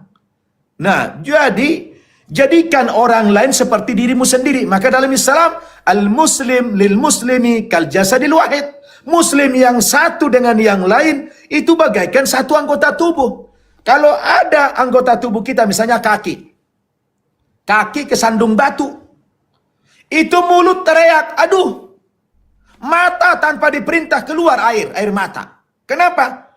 Karena dia bagai satu tubuh, padahal yang terantau kaki. Kenapa mulut teriak? Kenapa air mata keluar? Begitulah persaudaraan itu dalam Islam, bagaikan satu anggota tubuh. Ya, nah, jadi implementasinya apa? Kalau kau merasa seperti satu anggota tubuh, kau lihat ada orang terlantar, ada orang kelaparan, wajib hukumnya, bukan basa-basi. Maka detailnya apa? Lewat zakat. Kami orang Islam diwajibkan mengeluarkan zakat dari harta bersih 2,5% dikeluarkan setiap tahun. Di luar itu ada lagi yang namanya infak. Infak itu ada 2. Yang pertama ada infak yang wajib, itu nafkah. Nafkah kepada istri, nafkah kepada orang tua, itu wajib. Kemudian nafkah kepada anak yatim, nafkah kepada orang miskin, itu wajib. Definisi wajib dalam Islam, kalau kau kerjakan dapat pahala, kalau kau tinggalkan berdosa. Jadi orang Islam yang tidak peduli terhadap anak yatim dan orang-orang miskin, dia berdosa dan dianggap pendusta agama, orang munafik. Oh, ini ngeri doktrinnya ini. Itulah Islam, ada di Quran tertulis. Ya, makanya kami orang Islam selalu ya di mana-mana menggalakkan infak, sodako, zakat. Maka ada Basnas, Badan Amil Zakat Nasional, ya kan? Nah, kalau di Kristen kan paling ada persepuluhan tapi tidak dikoordinir secara nasional. Kami karena itu dianggap pendusta agama, dikelola negara. ya, sampai triliunan, itu disalurkan kemana? Ya fakir miskin, anak-anak yatim, berdosa kami orang Islam semuanya kalau tidak peduli. Nah, ancamannya apa? Ancamannya pendusta agama. Ente sholat, ente puasa, ente mondar-mandir ke Mekah sana, tapi tidak peduli sama orang miskin. Anda pembohong, Anda pendusta agama. Begitu hebatnya Islam itu, implementasi kasih sayang. Jelas ya, Bang apa namanya? Rames ya. Wah, Islam luar biasa. Luar biasa. Ya, luar biasa Islam itu. Detail diatur dalam undang-undang, diatur dalam ayat. Ya, diatur dalam ayat. Ponisnya pendusta agama kalau ente tidak peduli. Ya, ente lihat tetangganya putus sekolah, ente bermewah-mewah, ente pendusta agama, biar pakai topi haji, pakai ini, ente pendusta agama. Begitu Islam. Hebat Islam itu. Jadi bukan hanya teori dalam Islam. Dalam prakteknya, maka kalau ada sekarang tren orang umroh. Ada orang tanya, Ustadz, mana lebih utama orang pergi umroh berkali-kali, sementara tetangganya banyak yang kelaparan? Mana besaran pahala? Lebih besar pahala menyumbangkan ongkos umroh itu kepada tetangga.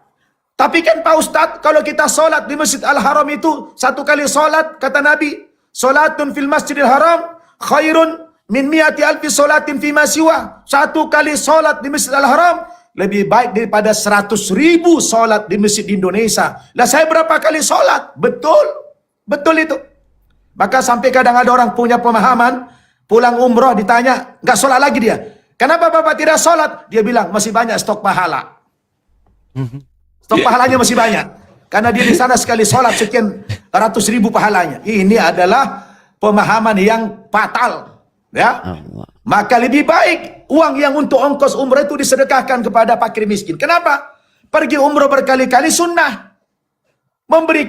Membantu orang miskin wajib. Pahala wajib lebih besar daripada pahala yang sunnah. Sampai diatur begitu dalam Islam. Maka orang yang paham itu ajaran Islam, tidak mungkin dia berpuluh-puluh kali dia umrah, membiarkan tetangganya kelaparan, membiarkan tetangganya putus sekolah. Orang yang paham Islam, dia akan mendahulukan saudaranya daripada kepentingan dirinya. Maka konsep persaudaraan dalam Islam itu apa? Wa yu'thiruna ala anfusihim walau kana bihim khasasa. Dia mendahulukan kepentingan saudaranya daripada kepentingan dirinya sendiri. Itulah persaudaraan di dalam agama Islam itu. Allahu Akbar. Silakan Uni. Selamat malam Bang Jack. Saya menyimak belajar. Assalamualaikum Pak Ustadz Nababan. Ya. Ya, waalaikum ya. Mohon maaf saya yang chat di WA. Sudah mualaf Ustadz tapi diam-diam masih dirahasiakan tapi sudah begitu, Islam Masya dia. Allah. Oh, Selamat Bang. Sudah Islam, Masya Allah. Ini Alhamdulillah. Penatua, mungkin malam ini. Silakan Pak Penatua. Ya. Ada yang mau ditanggapi tadi Pak Penatua? Mungkin atau Ustadz mau bertanya sama Pak Penatua atau gimana? Saya mau Saya tanya, juga Pak Penatua ya. Saya juga mau bertanya dulu. Iya Jack Will, kita kasih kesempatan Ustadz bertanya. Soalnya dari tadi Ustadz ditanya terus nih. Siapa tahu Penatua bisa oke, menjelaskan baik. kan? Siap. Boleh. Ya. Mungkin Ustadz. Coba detailnya, konkretnya kasih sayang dalam Kristen yang di dalam Injil Matius pasal 28 ayat Injil Markus pasal 2 ayat 28-9 itu. Kasihlah sesamamu seperti dirimu sendiri. Kira-kira yang dipahami oleh Pak Penatua Tinambudan ini konkretnya seperti apa? Mengasihi sesama seperti diri sendiri itu. Coba dikasih konkretnya. Oh, ya baik.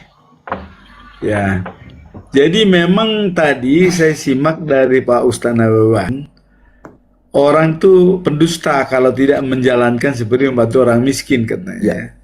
Nah, kalau di kita memang dalam Amsal pasal 19 ayat 17 ya dikatakan bahwa membantu orang miskin sama dengan meminjami Tuhan, memiutangi Allah. Nah, artinya bisa memberikan pinjaman kepada Allah kalau kita membantu orang miskin. Nah, itulah. Jadi menyayangi dengan diri sendiri itu ya benar-benar sama dengan sudah cinta kepada Allah.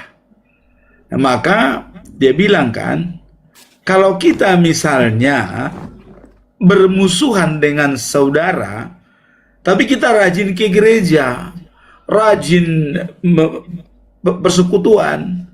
Allah mengatakan, nggak ada artinya kamu memuji dan memuliakan aku. Kenapa? Karena dengan saudaramu sendiri, ya, yang kelihatan bersama dengan kamu tidak kau sayangi. Bagaimana mungkin kau menyayangi saya yang tidak kelihatan? Nah itu benar-benar. Jadi implementasi daripada mengasihi sesama itu memang jelas. Artinya tidak iming-iming, ya. Dan bahkan saudara itu siapa? Nah, tadi dikatakan, ya, seperti, ya, anak kecil ini, ya, adalah merupakan gambaran daripada seperti moralitas daripada Allah. Karena kenapa? Jujur, ya, tidak neko-neko dan tulus. Maka orang kalau bukan seperti anak kecil, nggak bisa dia bisa memuji dan memuliakan aku, kata Tuhan, kan? Harus sama seperti anak kecil itu. Artinya tulus dan jujur.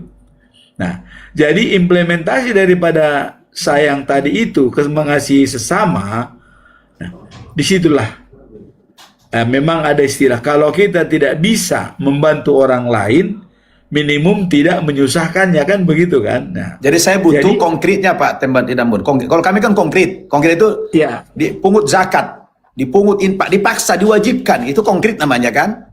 Nah sekarang di Kristen ada nggak konkret seperti itu? Nggak ada kan? Konkretnya yaitu membantu itu sama dengan memintangi Allah, itu fungsinya. Artinya kalau kamu membantu orang itu sama dengan memberikan kepada aku. Jadi itu konkretnya. Kamu berbuat nggak kepada orang? Jangan omong-omong, jangan omong kosong.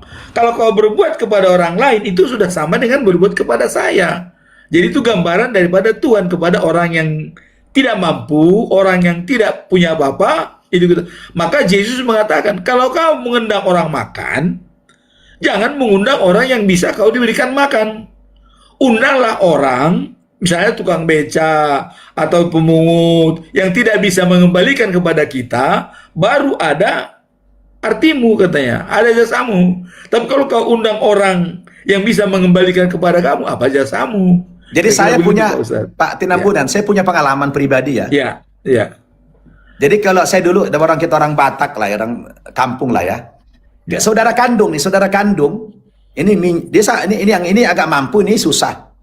Ini minjam sama abangnya misalnya, ini benar-benar minjam, ya kan, minjam. Begitu saya masuk Islam, saya di Islam ini, saya diberikan kemampuan misalnya, datang saudara saya minjam uang, saya bilang saya tidak pinjamin kamu, saya wajib menolong kamu, kamu saudaraku. Kaget dia. Ini ajar apa? Islam mengajarkan begitu, Bang, saya bilang. Nah, boleh ditanya saudara-saudara kandung saya. Saya kalau begitu, kalau saya sama mereka minjam betul. Minjam, kembalikan. Kalau kami dalam Islam nggak boleh begitu. Kalau saudara kandung kita atau siapapun memang tidak mampu dan dia menjadi mustahik, orang yang berhak menerima bantuan kita, kenapa dipinjamkan? Nah, kita kasih bantuan ini, nah silakan digunakan ini. Gitu, kaget. Wah, bagus betul agamamu ya, katanya. Emang begitu agama Islam. Kami wajib menolong dengan konkret dan tanpa memandang agamamu apapun. Kami wajib itu. Nah, jadi konkretnya begitu. Jadi kalau minjam, nggak minjam, tak kasih. Karena dalam agama kami, dalam Islam diatur itu wajib menolong orang yang kelaparan. Tidak, kelaparan di sini umum itu Pak Tinambunan, umum, bukan hanya orang Islam, ya, tapi orang non Muslim pun kalau kelaparan kita wajib bantu. Namanya manusia, lihat dari sisi kemanusiaan. Oh, ngasih makan binatang aja dapat pahala kok, masa ngasih makan manusia nggak dapat pahala? Nah, disitulah konkretnya. Terakhir, saya mau terakhir ini, tadi ada yang masuk. Marga apa tadi? Ada satu terakhir itu. Udah keluar ya? Saya mau undur nih, tapi saya mau kasih kesempatan. Udah keluar ya? Udah turun? Udah keluar, siapa lihat di bawah. Oke, terakhir. Silakan kalau terakhir, saya kasih waktu sekitar 5-10 menit. Siapa? Ya. Silakan kalau ada mau bertanya. Tadi Jack mau bertanya. Ya. Ya Bang Jack, silakan kalau bertanya. Jack ini masih baru sekali Pak Ustadz. Iya. Baru beberapa hari. Alhamdulillah. Ya, nggak usah dipublish dulu, jangan dipublish dulu. Takutnya nanti ada anunya, nggak apa-apa. Biar dia dulu. Boleh dalam Islam itu, tidak usah dipublish dulu. Silakan kalau Bang Jack mau bertanya silakan. Ya, asyadunya sudah, sunatnya sudah, asyadu hari Senin jam 7 pagi, sunatnya pada hari Jumat Agung, Masya tapi secara dunia nyata, tidak di sosmed. Alhamdulillah. Ya, yang saya mau tanya itu yang tadi saya dengar dari awal sampai saya diizinkan naik itu mengenai umroh. Umroh ini bertujuannya apa?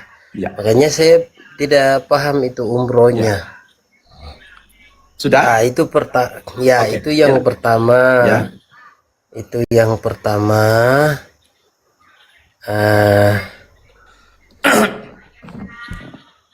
Iya, yang pertama itu umroh.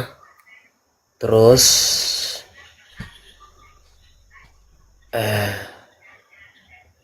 yang kedua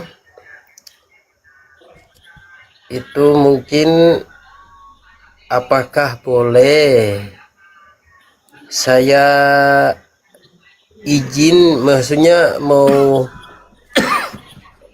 setelah di sini apakah saya masih bisa diberikan kesempatan untuk bergabung dengan saudara-saudara saya secara keluarga begitu? Ya, itu saja. Baik. Nanti mungkin pertanyaan yang lain nanti saya secara pribadi dengan Pak Ustadz Nababan di WA saja, karena saya sempat ada WA. Boleh. WA, iya. Bang Jack ini kalau boleh tahu kampung dari mana aslinya? Oh, saya dari Serui. Oh, dari Serui. Ya. Saya sering juga ceramah ke Papua sana. Saya sering ceramah ke Papua, saya ke Kainama, ke Pakpak, Kaimana, ke Pakpak, sampai saya ke Wasior sana, Manokwari, bahkan ke Timika, ya, Freeport sana, saya sering ke sana ceramah. Jadi, alhamdulillah senang kalau dengar Bang Jack ini dapat hidayah. Terus nanti silakan di japri pribadi aja ya. Ya. Terus masalah umroh, apa itu umroh?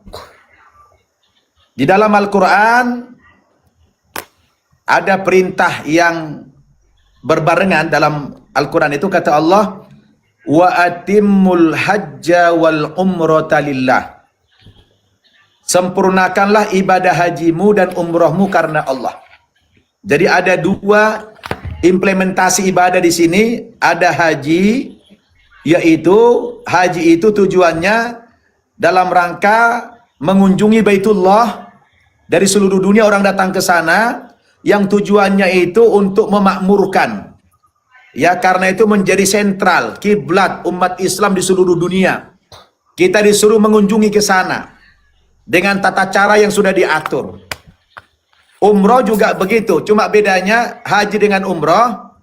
Kalau haji ini ada kewajiban, ya, beribadah di Arafah, di Mina, di Musdalifah, di tenda. Tapi kalau umroh ini daerah lokasi ibadahnya hanya di Makkah saja, hanya di sekitar Masjid Al-Haram itu, ya, dengan ketentuan yang sudah diatur. Secara bahasa, umroh itu artinya memakmurkan Baitullah, memakmurkan rumah Allah. Jadi kita datang dari mana-mana supaya ada syiarnya. Jadi kita datang itu memakmurkan, meramaikan, kira-kira begitu.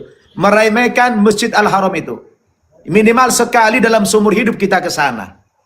Tentu bagi orang yang mampu saja. Kalau tidak mampu, tidak diwajibkan. Tapi kalau dia mampu, diwajibkan sama Allah Subhanahu wa Ta'ala.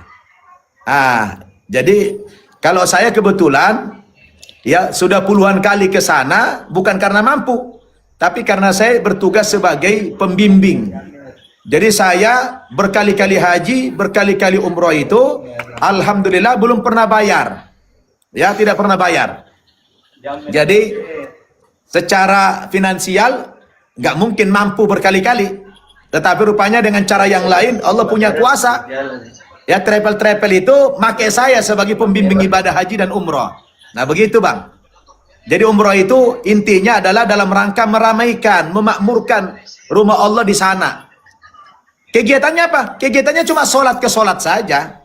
Sholat, kemudian ada perintah untuk tawaf mengelilingi Ka'bah itu.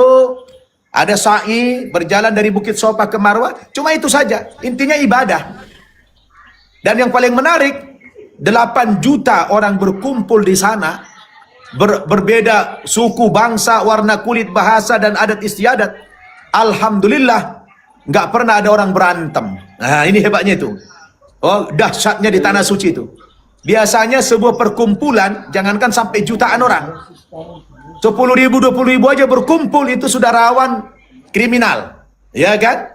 Ini 8 juta orang berkumpul di satu tempat. Keinjak kakinya, nggak ada orang marah.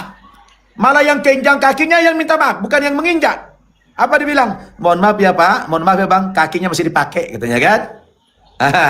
Bukannya yang menginjak yang minta maaf, yang diinjak kakinya yang minta maaf. Mohon maaf ya Mas, ya kaki saya ini masih dipakai, gitu kan? Artinya jangan diinjak, gitu loh.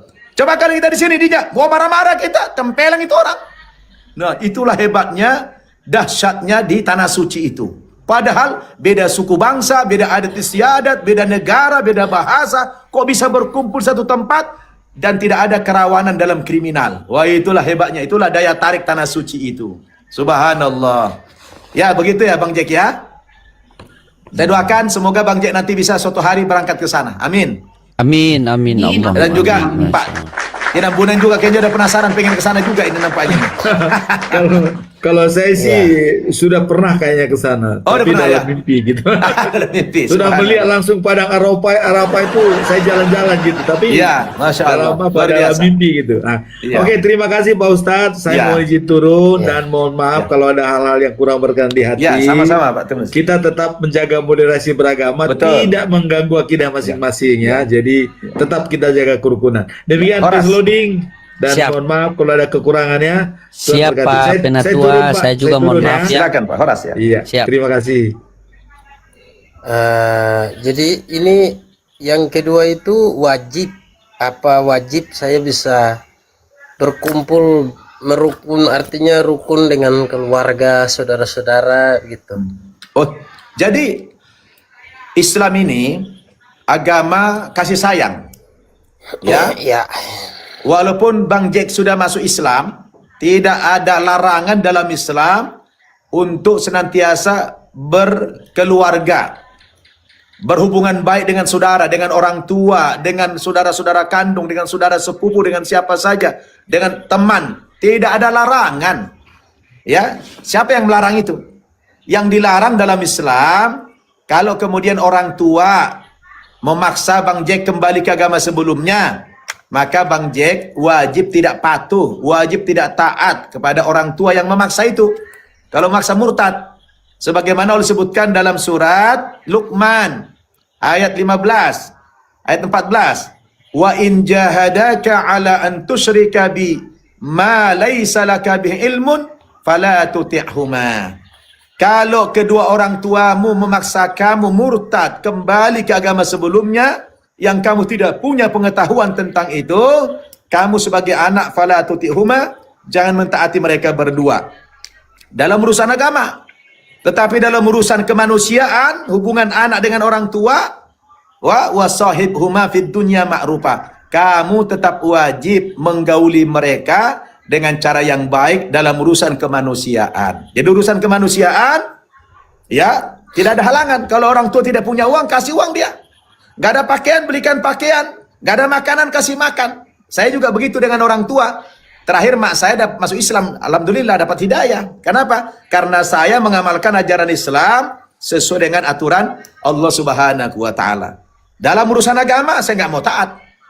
Ya, tapi urusan kemanusiaan saya harus berbuat baik, berbakti sama orang tua dan saudara-saudara saya. Jadi begitulah konsep Islam, bagaimana kita bisa membedakan kapan kita wajib taat, kapan kita tidak boleh taat, diatur begitu Bang, ya, dalam Islam ini.